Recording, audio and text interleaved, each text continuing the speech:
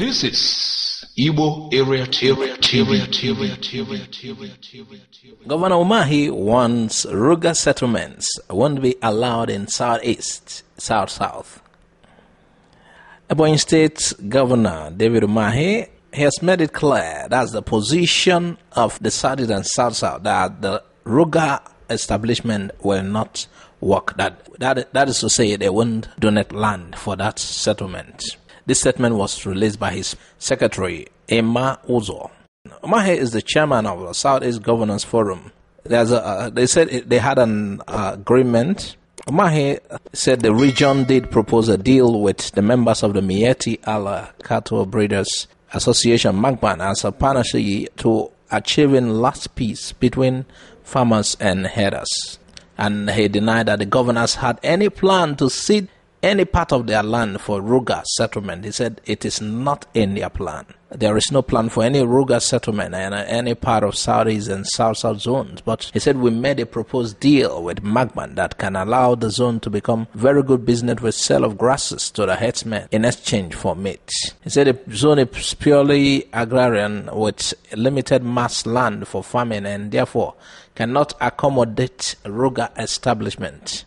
He said, we actually proposed a deal with Magban to take their cattle to the northern parts where grazing reserves were established long time ago and rely completely on the grasses growth in south for feeding of their cattle, he said. Umahi, who was also the chairman of Technical Committee on Farmers and Herdsmen Clashes, carved from the National Economic Council, NEC, headed by Vice President Dieziani, said the committee had recommended the revamping of existing grazing reserve in Nigeria. Part of the committee's recommendation to federal government was revamping of the grazing reserves in the north, where all the cattle rearers in the south will take their cattle to their places and rely on grass that are grown in the south. The way it works is that the herdsmen will bring down their cows to the southeast and sell to us as meat, while they will load the grasses which are grown here in the same vehicles with which they transported their cows to feed their cattle in those grazing reserves.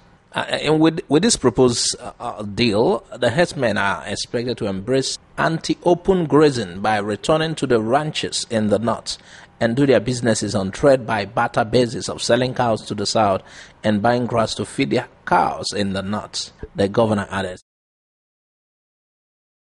Ohaneze sends draft bill for Southeast Federation. Wow. As the federal government proposes Ruga settlement in various states of the country for herders, that's Fulani herdsmen, the youth wing of the Ohaneze Ndigbo has submitted a proposal for a draft bill for the Federation of Southeast States of Abia, Anambra, Ebonyi, Imo, and Enugu. The national president of the group, Mr. Ato Obiora, said the draft bill will be sent to all state house of assembly in the east for deliberation and passage. Igbos in Delta and Rivers are also asked to participate if they wish to join. This, according to Ato Obiora, he said, is in view of the socio-political and structural conflicts in Nigeria. He said it is necessary now for Nigeria to go back to the regional system with a level of autonomy for the federating regions. According to him, it will ensure faster development of the country and make a rat race to control the center less. So it makes people the quest to rule and embezzle for some ruling the country is a means of making money, trying to steal money. So he said that concentration, that urge to go to the center and, there will be a soft pedal towards that. And he hoped the bill would be passed and other parts of Nigeria do the same. So he's not prescribing this for just the eastern region, that other regions will toe the same line and do the same thing.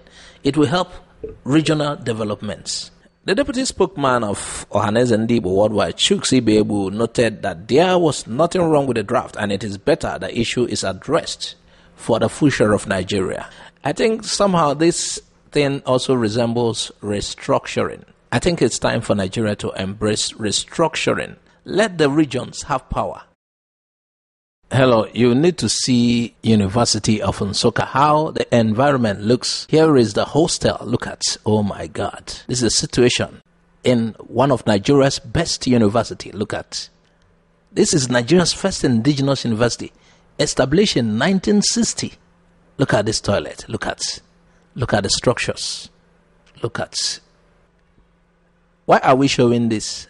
The government need to act fast.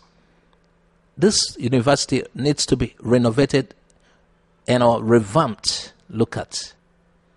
Something needs to be done immediately. The government should pay attention to this Institute of Learning. That is the pride of Ndigbo. Look at, please, look at the screen. Look at the screen. These are the structures of that place. Its current state. Judge who ordered Dieziani's arrest is dead. Valentine Ashi, a judge of the Federal Capital Territory High Court in Abuja, is dead. The judge was said to have died at a hospital in Abuja last Thursday. He reportedly suffered a liver ailment.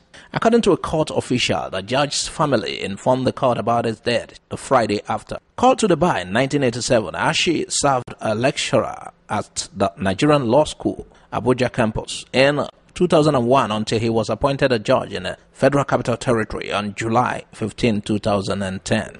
The Cross River-born judge has made the headlines in December 2018 when he ordered the Economic and Financial Crimes Commission, EFCC, the Department of State Services, DSS, and other security agencies to arrest Dieziani Madueke, former Minister of Petroleum Resources, within 72 hours. He issued a warrant for Madueke's arrest to enable the EFCC apprehend and arraign her for alleged financial crimes in Nigeria. In 2004, Ashi had also barred former President Olusegun Obasanjo from publishing his autobiography, My Wash. In 2016, the judge sacked Ali Momodu Sheriff, former governor of Borno State, as acting chairman of the People's Democratic Party, PDP, describing the process that led to his emergence as illegal. Rest in peace, Judge. Togo votes in first local elections in over 30 years. Voting began Sunday in Togo's first local election in 32 years, during which a single family had ruled the West African nation, with most opposition parties taking part after boycotting 2018 parliamentary polls.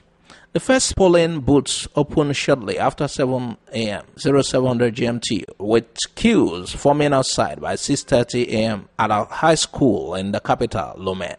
Turnout was low in the morning, with many voters first going to church, according to an electoral official at a Catholic school where voting was taking place in Lomé. The previous councillors elected in local elections in Togo governed for 14 years, from 1987, despite being elected on 5-year terms. Councillors were later replaced with special delegations tasked with organizing new elections, whose positions were often filled with figures handpicked by the government. The country, 3.4 million eligible voters are called to elect 1,527 municipal councils to 6-year terms, renewable twice in 117 towns.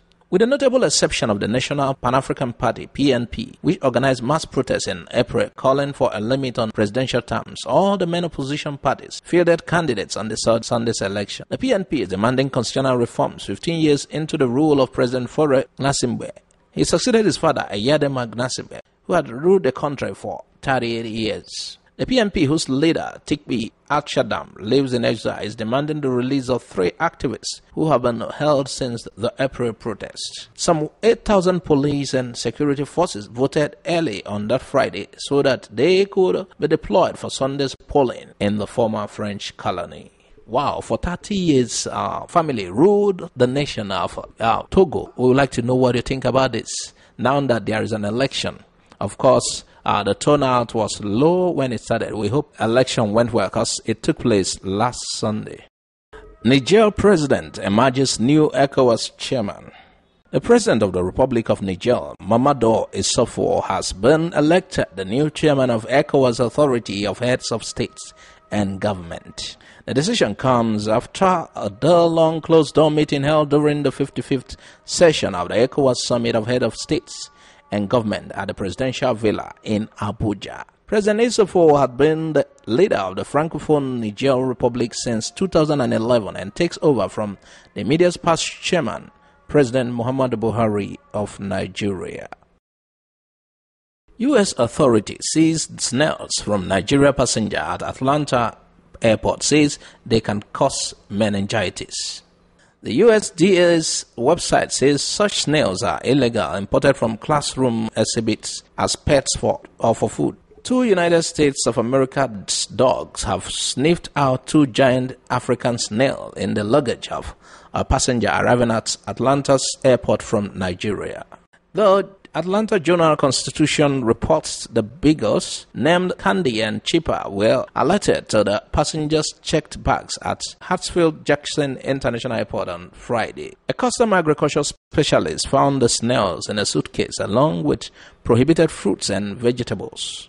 The snails were turned over to the U.S. Department of Agriculture while the food was destroyed. The USDA's website said that such snails are illegally imported for classroom exhibits as pets or for food. They are also described as one of the most damaging in the world because they consume at least 500 types of plants, reproduce quickly, and can cause meningitis. Rubbish shipment at the center of international spat arrives back in Canada. A ship carrying 69 containers of waste, which had been mislabeled as plastic recyclables, returned to Canada on Saturday from the Philippines, closing a chapter on a dispute that started in 2013 and sparked a diplomatic furor between Ottawa and Manila. The shipment was taken off the container ship Anna Max, docked close to Swasen Ferry Terminal, and arrived at GCT Delta Port in Delta, British Columbia, part of the Greater Vancouver. GCT said in a statement. Saradox Metro Vancouver spokesman said the waste would be sent to a waste-to-energy facility in Burnaby, where it will be incinerated, but added that there was uncertainty with respect to timing and the facility may not receive the waste over the weekend. The waste container became part of the diplomatic dispute between Manila and Ottawa, as the Philippines President Rodrigo Duterte threatened Canada and withdrew top diplomats from Canada after that country missed a May 15th deadline to take back the West. The West was shipped to the Philippines in 2013 and 2014 and mislabeled as recyclable plastics. Instead, the containers were full of garbage, including used disposable nappies and newspapers. A Philippine court ruled in 2016 that it had to be returned. Canada made arrangements in late May to accept the containers and said they hired Bolo Logistics Canada to safely bring them back as soon as possible. Waste disposal has emerged as a topic of political dispute between Southeast Asian countries and the developed world, with Malaysia in May becoming the latest to demand states such as the United States, Japan, France, Canada, Australia, and Britain take back 3,000 tons of plastic waste. Environment and Climate Change Canada, our government department, told Reuters earlier this month the government was in talks with Malaysia to recover plastic waste there that originated from Canada. Wow, the other time we discussed this same thing, Indonesia trying to return some waste in containers brought into Indonesian ports from Canada, and Indonesia planning to return it. Now, other countries are also doing the same. Thanks for listening to Igbo Area TV. Please subscribe to our YouTube channel for more updates. You can also visit our Facebook page and like the page. You can join our Facebook group, Igbo Area TV. God bless you and bye for now.